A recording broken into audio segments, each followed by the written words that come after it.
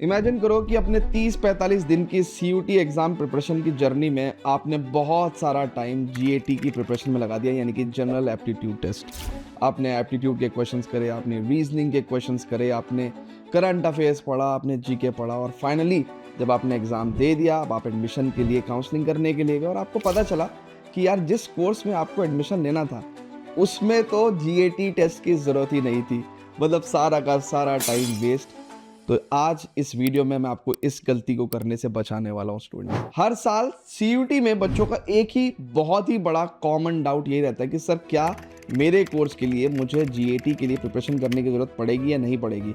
कुछ लोग जीएटी को बहुत ज़्यादा टाइम दे रहे हैं, कुछ लोग बिल्कुल भी टाइम नहीं दे रहे हैं और ये दोनों लोग गलत हैं। मैं बताने वाला हूं ऐसा क्यों। सबसे पहले एक बात आप लोग समझ लो कि सीयूटी में जीएटी हर कोर्स में मैंडेटरी नहीं होता है।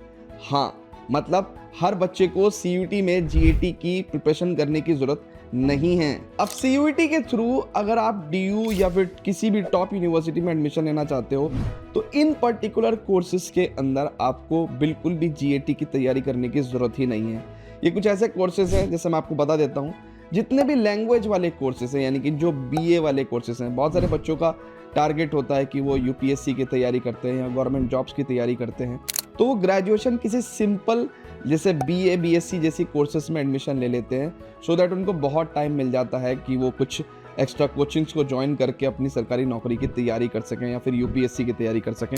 तो जितने भी ये बीए वाले कोर्सेज हैं, जैसे बीए में इंग्लिश हुआ, बीए हिंदी हुआ, बीए अरबिक हुआ, मतलब जो लैंग्वेज वाले कोर्सेज हैं, इसमें जीएटी की आपको कोई भी ज़रूरत नहीं है। जितने भी ये बीए में साइकोलॉजी वाले कोर्सेज हैं, इकोनॉमिक्स वाले कोर्सेज हैं, हिस्ट्री वाले कोर्सेज हैं, राइट, इनमें भी आपको जीएटी की ज़रूरत नहीं है।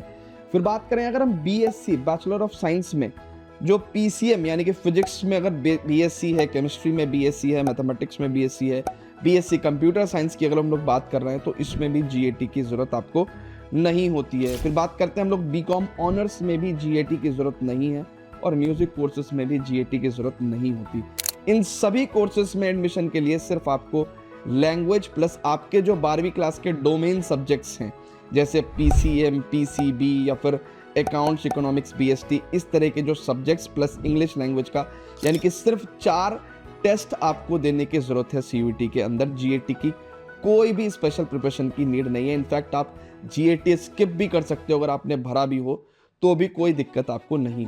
अब ऐसे में हमारे बीच में कुछ ऐसे होशियार बच्चे ज़रूर होते हैं जो कहते हैं कि अरे यार, एक एक्स्ट्रा सब्जेक्ट की अगर मैं प्रिपरेशन करके और टेस्ट दे भी दे देता हूँ तो क्या ही दिक्कत है, फ्यूचर में मेरे प्लेसमेंट एग्ज़ाम में काम आएगा जीएटी की तैयारी, तो है ना। ऐसे उनके टीचर्स भी बोल देते हैं जहाँ पे वो तैयारी कर रहे होते हैं जीएटी के। बट मैं आपको बता दूँ कि ये जो टेस्ट है आप सिलेक्शन के लिए दे रहे हो, ये नॉलेज के से ज़्यादा आपकी स्पीड और एक्यूरेसी का मैटर है। जितना एफर्ट आपका जीएटी में लगना था, अगर उतना ही एफर्ट आप अपने डोमेन सब्जेक्ट्स और इंग्लिश में लगाओगे तो आप दूसरे बच्चों को बीट कर पाओगे, आप कट ऑफ से बहुत ज़्यादा ऊपर स्कोर कर पाओगे। तो इसलिए एक एक्स्ट्रा सब्जेक्ट की तैयारी कर लेता हूँ, ये वाला माइंडसेट से बेटर है कि आप राइट तैयारी करें और वो सारा का सारा जो जीएटी वाला एफर्ट है वो आप अपने डोमेन और इंग्लिश वाले सब्जेक्ट्स में लगा दें। अब बच्चों ध्यान से सुनना, ये कुछ ऐसे कोर्सेज हैं जहाँ पे जीएटी चाहिए ही चाहिए। तो अगर फ्यूचर में आपको इन कोर्सेज में एडमिशन लेना था और आपने जीएटी की तैयारी नहीं की तो आपके साथ बहुत बड़ा लफड़ा हो सकता है। तो इसलिए प्लीज़ ध्यान से सुनिएगा, ये कुछ कोर्सेज हैं जहाँ पे जीएटी चाहिए ही चाहिए और उसका स्कोर आपका बड़ा मैटर करेगा।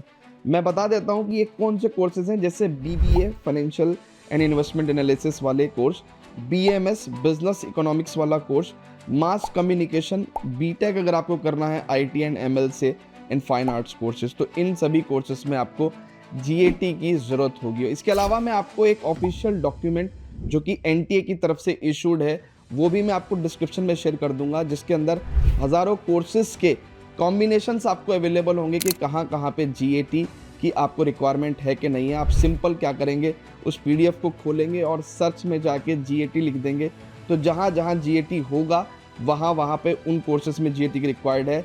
जहाँ पे आपको जीएटी सर्च करने पे भी नहीं मिला तो इसका मतलब वहाँ पे जीएटी की रिक्वायरमेंट आपको नहीं होगी। अब बच्चों ऐसे भी कोर्सेज आपको देखने को मिलेंगे जहाँ पे जीएटी ऑप्शनल है, मतलब अगर आपने दे रखा है तो भी अच्छी बात है, नहीं दे रखा है तो भी अच्छी बात है। मतलब यहाँ पे जीएटी के स्कोर को आप एज एन ऑप्शनल जो है अपने कट ऑफ को क्वालिफाई करने के लिए यूज कर सकते हो। मतलब जैसे बेस्ट ऑफ 3 का कॉम्बिनेशन हम लोग इस्तेमाल करते हैं, तो वहां पे अगर किसी डोमेन सब्जेक्ट में आपका स्कोर कम रह गया है तो जीएटी स्कोर को इस्तेमाल करके हम लोग जो है आगे कट ऑफ में मेरिट ले सकते हैं। बट ये कुछ ही कोर्सेज हैं और मेरे हिसाब से इसमें टाइम गंवाने से बेटर है कि आप जो है अपने डोमेन सब्जेक्ट्स में लगाएंगे तो वहाँ डेफिनेटली ज़्यादा स्कोर कर पाएंगे।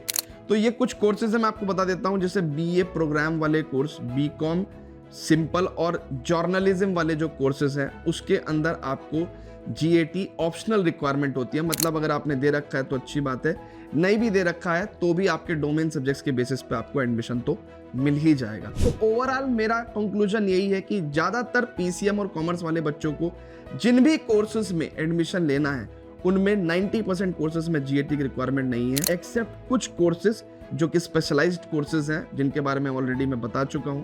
अगर आपको उन पर्टिकुलर कोर्सेज में एडमिशन लेना है तो आप साथ में जीएटी की तैयारी भी करके चलेंगे। अब इस पूरी वीडियो का एक कंक्लूजन हम ये निकाल सकते हैं कि एक बच्चे को सबसे पहले ये पता होना चाहिए कि उसको किस कोर्स में एडमिशन लेना है, राइट? कौन से टॉप कोर्सेज हैं जिसके अंदर उसको एडमिशन लेना है, और उसके बाद उसको जीएटी की रिक्वायरमेंट है या नहीं है ये पता करना चाहिए यूजिंग द ऑफिशियल डॉक्यूमेंट, जो कि मैं आपको डिस्क्रिप्शन में दे दूंगा। तीसरी बात स्टूडेंट्स, जब एक स्टूडेंट को ये एग्जैक्टली पता होगा तो वो अपने एफर्ट को सही तरीके से यूज कर पाएगा।